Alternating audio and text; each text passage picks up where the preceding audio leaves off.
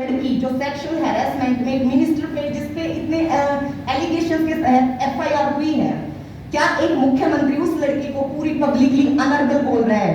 तो क्या उन्होंने आज तक बार बार वो मुझे और मेरे बयानों को अनर्गल बोल रहे हैं? एक मुख्यमंत्री होते हुए क्या उन्होंने आज तक मुझसे माफी मांगी सार्वजनिक तौर पे?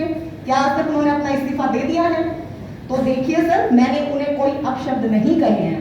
मैं आज भी अपने देश के कानून का, संवैधानिक पदों का बहुत दिल से इज्जत करती हूँ।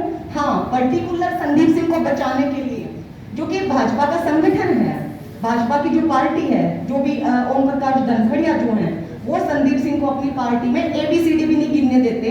और मुख्यमंत्री के कौन से राज दफन है संदीप सिंह के, जो इतना इस हद तक वो आके चीजें करते हैं? तो देखिए, मेरे लिए जो संदीप सिंह को बचाने के लिए, कुकर्मी को बचाने की जो दिन रात कोशिश करेगा, मेरे लिए वो सब इंसान उसी लाइन में आते हैं। मुझे कोई अफसोस नहीं है, मैंने उन्हें कोई अपशब्द नहीं कहे। ये जो आपका जो मामला है संदीप सिंह के खिलाफ आपने आरोप लगाया, चंडीगढ़ पुलिस ने इसमें एफआईआर की चार्जशीट अभी नहीं जाती होगी, लेकिन आज की चार्जशीट बन चुकी है।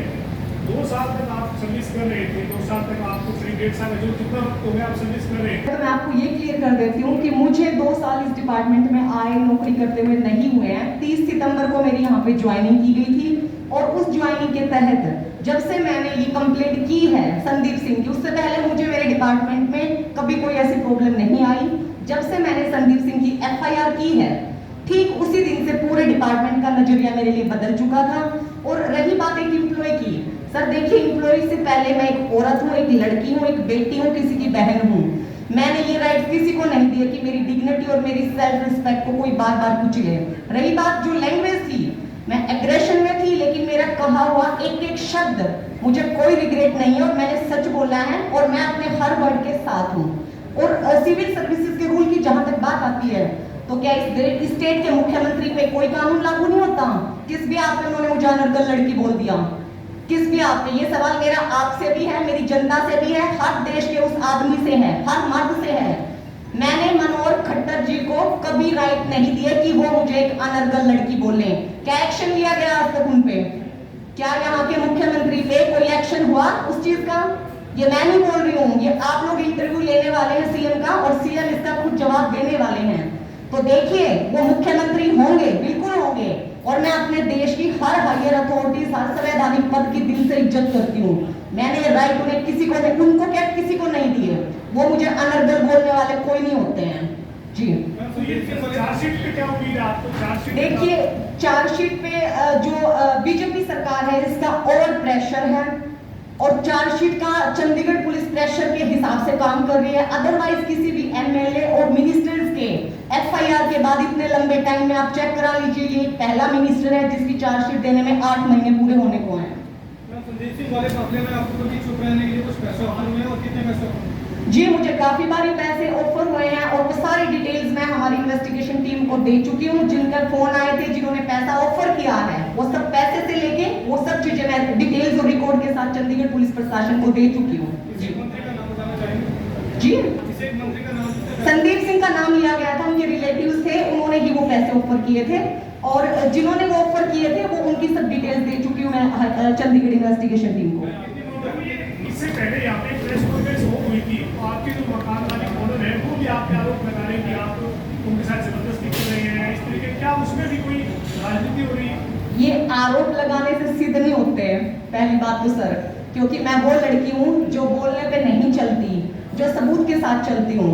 हमारी पंचकुला माननीय अदालत में उन्होंने खुद लिख के ये एक्सेप्ट किया है, और वो मंत्री के इशारे पे उन्होंने ये सब कुछ किया था, और उन्होंने लिख के ये एक्सेप्ट किया है कि मैंने टाइम टू टाइम उनका किराया दिया था, और उसी चीज के तहत मैंने उन्हें माफ करते हुए मैं वहां से आ चुकी हूँ। मेरे पास सारे कोर्ट के ऑर्डर्स हैं, और हर वो रिटन एविडेंस हैं जो उन्होंने दिए हैं। जी, 10 तारीख को क्या हुआ था, थोड़ा सा एक्सप्लेन करेंगे, उससे क्या हुआ? जी सर, 10 तारीख को एक्चुअली मुझे पता चला था, तो जो ये मुख्यमंत्री हैं, इन्होंने संदीप सिंह का उस लिस्ट में नाम डाला है, जो कि झंडा फहराने के लिए 15 अगस्त को फरीदाबाद का उन्होंने कोई वेन्यू उनके लिए डाला था।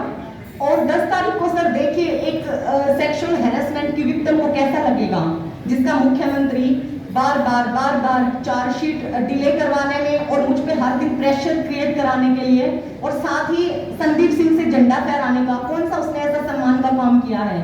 क्या चंडीगढ़ पुलिस प्रशासन ने उनको क्लीन चिट दे दी है जिसके तहत उनसे झंडा फहराया गया? तो सर कोई भी एग्रेशन में आएगी, कोई भी लड़की, कोई भी औरत, जब उसकी डिग्निटी पे बार बार ऐसे मुख्यमंत्री वार करते रहेंगे। जी हुआ क्या था? आगे क्या हुआ? सर मैं उनसे सिर्फ एक सवाल करने गई थी, ये हरियाणा निवास के बाहर। जी क्या हुआ?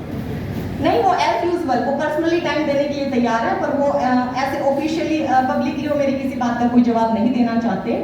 और जो भी मैंने एग्रेशन में, जो भी मैंने मनोहर खट्टर जी के लिए जो एक लाइन अपने सच्चे वर्ड बोले हैं, उनके तहत वो काफी गुस्से में आए और उसी का ये सस्पेंशन था।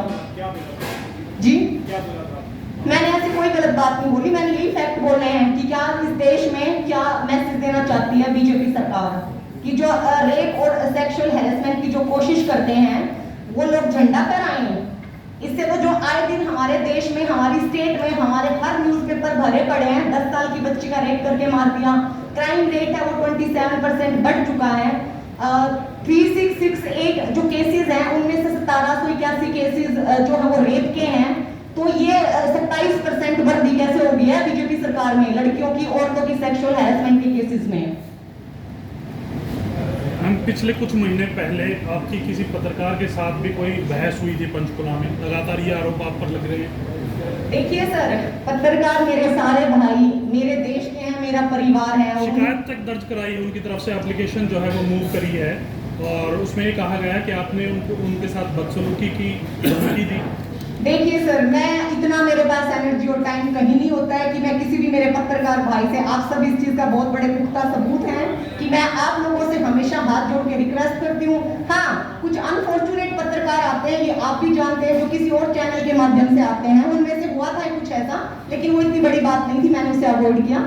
और ना ही ऐसी कोई गलत, ये पूरी गलत धारणा है कि किसी की कोई शिकायत, किसी ने ऐसा कुछ किया। वाकया क्या था मैम, एक बार बता पाएं? वाकया ये था सर, वो मुझसे बार बार फोन करके बार बार मेरा इंटरव्यू लेने के लिए टाइम लेके मेरे घर पे आए। उन्होंने मेरा कोई इंटरव्यू नहीं लिया और जो संदीप सिंह की गैंग है, जो मकान मालिक थे, जो उनके इशारे पर उस टाइम काम कर रहे थे, वो उनके वहां से इंटरव्यू लेके, और उन्होंने जितनी झूठ बोली, बिना सिर पैर की बातें वो उन्होंने चलाई, उसके बेस पे मैंने उनसे ये इतना मैसेज जरूर किया था कि आपने ये बहुत गलत किया है। आप यहाँ आए थे, इतने फोन करके आपने किसी मेरे नॉन का रेफरेंस लेके वो आए थे मुझसे मिलने के लिए, और उन्होंने वो खबर ना चलाते हुए एक फेक खबर चलाई, तो उसके तहत सर मेरा इतना नाराजगी तो बनती है।